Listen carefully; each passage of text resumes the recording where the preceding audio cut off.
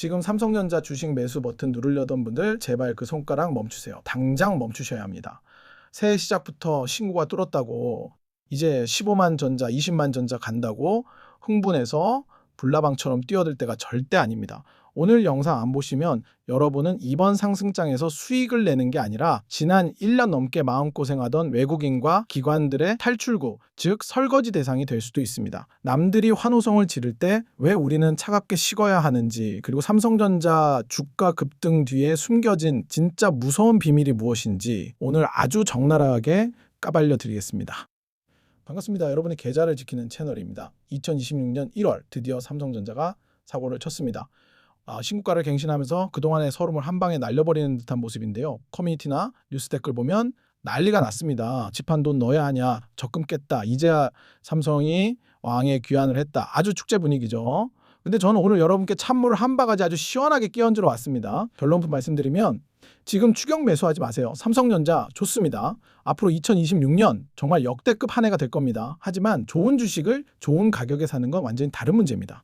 지금부터 뉴스에서는 절대 말해주지 않는 증권가 리포트 행간에 숨겨진 이번 급등의 진짜 원인을 분석해드리고 도대체 언제 사야 안전하게 수익을 낼 수 있는지 정확한 타이밍까지 짚어드리겠습니다. 특히 오늘 내용은 삼성전자 무조건 찬양하시는 분들은 듣기 좀 거북하실 수도 있습니다. 마음의 준비 단단히 하시고 끝까지 들어주시기 바랍니다. 자, 첫 번째 이야기입니다. 여러분, 삼성전자가 왜 오를까요? 뉴스 틀면 앵무새처럼 똑같은 소리만 합니다. HBM 공급 부족이다. AI 반도체 슈퍼사이클이다. 실적 대박 날 거다. 너무 뻔하죠. 이런 정보는 정보로서의 가치가 없습니다. 오늘 주가 폭등의 진짜 원인은 좀 더 구조적이고 심지어 약간은 더러운 곳에 있습니다. 바로 웨이퍼의 저주, 전문용어로는 캐파 잠식 효과 때문입니다. 이게 무슨 소리냐? 지금 삼성전자가 HBM 고대역 폭메모리 만든다고 사활을 걸었잖아요. 그런데 이 HBM이라는 놈이 아주 골치 아픈 녀석입니다. 일반 D램보다 칩 크기가 훨씬 크고 구멍을 뚫어서 쌓아 올려야 하니까 공정이 미친 듯이 복잡합니다. 핵심은 여기서 발생합니다. HBM 하나를 제대로 만들려면 우리가 흔히 쓰는 컴퓨터나 일반 서버에 들어가는 D램을 만드는 것보다 웨이퍼를 2배에서 3배 가까이 더 잡아먹습니다. 불량률도 높으니까 투입해야 하는 웨이퍼 양이 어마어마하게 늘어나죠. 자, 그럼 무슨 일이 벌어질까요? 삼성전자 화성공장, 평택공장이 풀가동 중인데 이 웨이퍼들이 죄다 HBM 라인으로 빨려 들어갑니다. 그러니까 갑자기 시장에 일반 D램, 즉 레거시 제품이 씨가 말라버린 겁니다. AI 서버도 중요하지만 세상 모든 컴퓨터가 AI만 하는 건 아니잖아요. 일반 데이터 센터도 돌려야 하고 PC도 만들어야 하는데 밥인 D램이 없어진 겁니다. 공급이 줄어드니까 가격은 어떻게 되죠? 폭등합니다. 이게 아이러니한 거예요. HBM 잘하려고 노력하다 보니까 정작 돈은 엉뚱하게도 그동안 천덕꾸러기 취급받던 일반 D램에서 쏟아지고 있는 겁니다. 여기서 누가 웃고 있을까요? 전 세계에서 반도체 공장 규모, 즉 생산 능력이 제일 무식하게 큰 곳이 어디입니까? 바로 삼성전자입니다. 경쟁사인 SK하이닉스는 이미 라인을 HBM으로 다 돌려놔서 일반 D램을 더 찍어낼 여력이 없어요. 근데 삼성은 그동안 재고 쌓인다고 욕먹으면서도 공장 라인을 유지해왔던 게 지금 로또가 된 겁니다. 이게 이번 급등의 가장 큰, 하지만 일반인들은 잘 모르는 낙수효과의 실체입니다. 단순히 HBM 기술력이 좋아져서 오르는 게 아니라는 말이죠.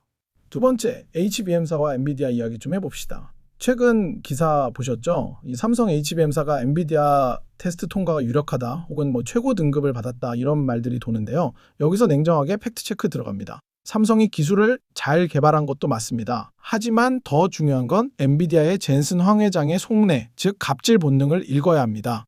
젠슨 황 입장에서 생각해보세요. 지난 몇 년간 SK하이닉스가 HBM을 독점하다시피 했습니다. 하이닉스가 가격 올려달라고 하면 엔비디아는 울며 겨자 먹기로 올려줘야 했어요. 천하의 젠슨 황이 그런 걸 참을 성격이 아니죠. 엔비디아는 지금 미친 듯이 삼성전자를 키워줘야 합니다. 그래야 하이닉스랑 경쟁을 붙여서 부품 가격을 후려칠 수 있거든요. 이걸 공급망 다변화라고 포장하지만 실상은 그냥 납품 단가 후려치기를 위한 판짜기입니다. 지금 시장에 도는 아주 유력한 정보에 따르면 2026년 2월 양산된 삼성의 HBM사는 엔비디아가 요구한 스펙을 턱걸이가 아니라 아주 안정적으로 맞췄다는 이야기가 있습니다. 특히 그동안 삼성의 발목을 잡았던 발열 제어 부분에서 획기적인 개선이 있었다고 해요. HBM사부터는 칩을 쌓는 방식이 바뀌면서 게임의 룰이 리셋됐는데 삼성전자가 여기서 우리는 메모리도 만들고 파운드리로 칩도 만들고 패키징까지 한 번에 다 해줄게라는 턴키 전략을 들고 나왔고 이게 물류비를 아끼고 싶은 엔비디아의 니즈와 딱 맞아떨어진 겁니다. 즉 지금의 주가 상승은 엔비디아의 필요와 삼성의 올인 전략이 만난 결과물이지 단순히 삼성이 세계 최고가 되어서가 아니라는 점, 이걸 명심해야 합니다. 세 번째, 이거 이야기하면 댓글창 불날 것 같은데 엑시노스 이야기 좀 하겠습니다. 아니, 그 발열 덩어리 똥시노스 이야기를 왜 하냐 하실 텐데요. 맞습니다. 그동안 욕 많이 먹었죠.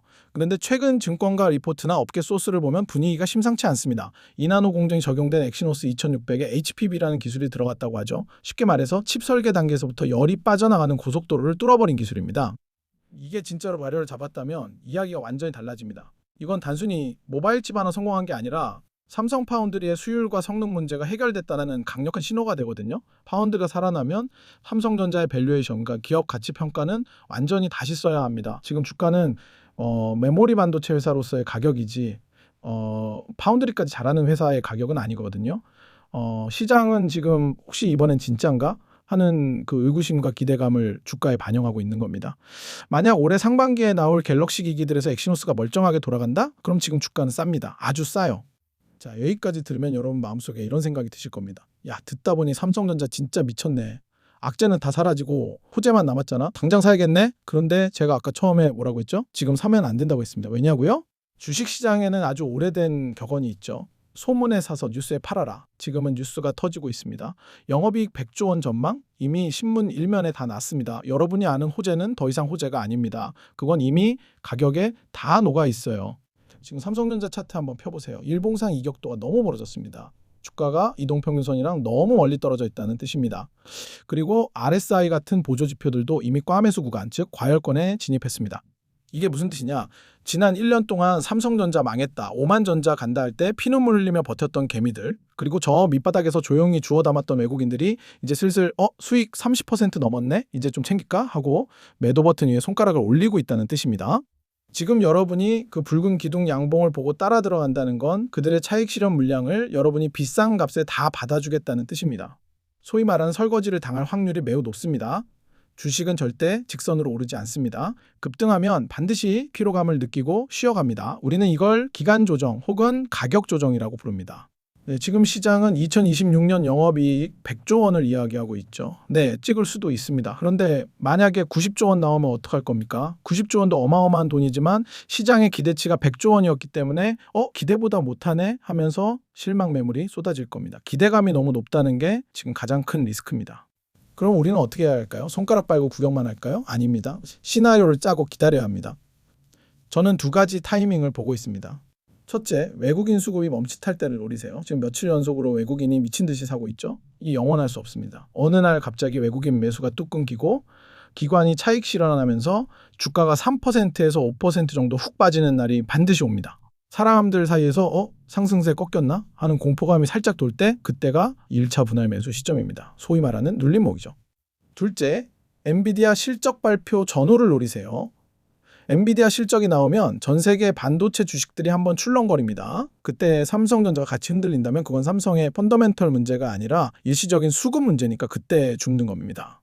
우리는 트레이더가 아니라 투자자가 되어야 합니다. 지금 15만 원 간다고 해서 급하게 올라타지 마시고 주가가 숨 고르기를 할 때까지 끈질기게 기다리세요. 워런 버핏 형님이 말씀하셨잖아요. 주식시장은 인내심 없는 사람의 돈을 인내심 많은 사람에게 옮기는 곳이라고요. 삼성전자는 이제 엉덩이 무거운 주식이 아니라 변동성이 큰 성장주처럼 움직일 겁니다. 급등 뒤엔 급락이 올 수 있다는 걸 명심하시고 떨어질 때 땡큐하고 주울 현금을 지금은 아껴두셔야 합니다. 마지막으로 정리하겠습니다. 삼성전자 2026년 대박 날 겁니다. 영업이익 100조 시대 열릴 겁니다. 하지만 오늘 지금 당장 빨간불 기둥 솟았을 때 추격 매수하는 건 결사반대입니다. 조금만 참으세요. 남들이 이제 끝났나 하고 불안해할 때 그때 우아하게 줍는 게 진정한 승자입니다. 여러분 생각은 어떠신가요? 무슨 소리냐? 지금이라도 올라타야 15만 원 간다라는 불타기파이신가요? 아니면 역시 삼전은 5만 원대에 샀어야지 지금 파는 때다라는 현실파이신가요? 그것도 아니면 하이닉스가 결국 다시 이긴다는 한익파이신가요? 댓글로 여러분의 의견 마구마구 남겨주십시오. 저는 여러분의 치열한 논쟁을 팝콘 먹으며 구경하겠습니다. 오늘 영상이 도움이 되셨다면 구독과 좋아요 부탁드리고 저는 다음 영상에서 더 차가운 분석으로 돌아오겠습니다. 고맙습니다.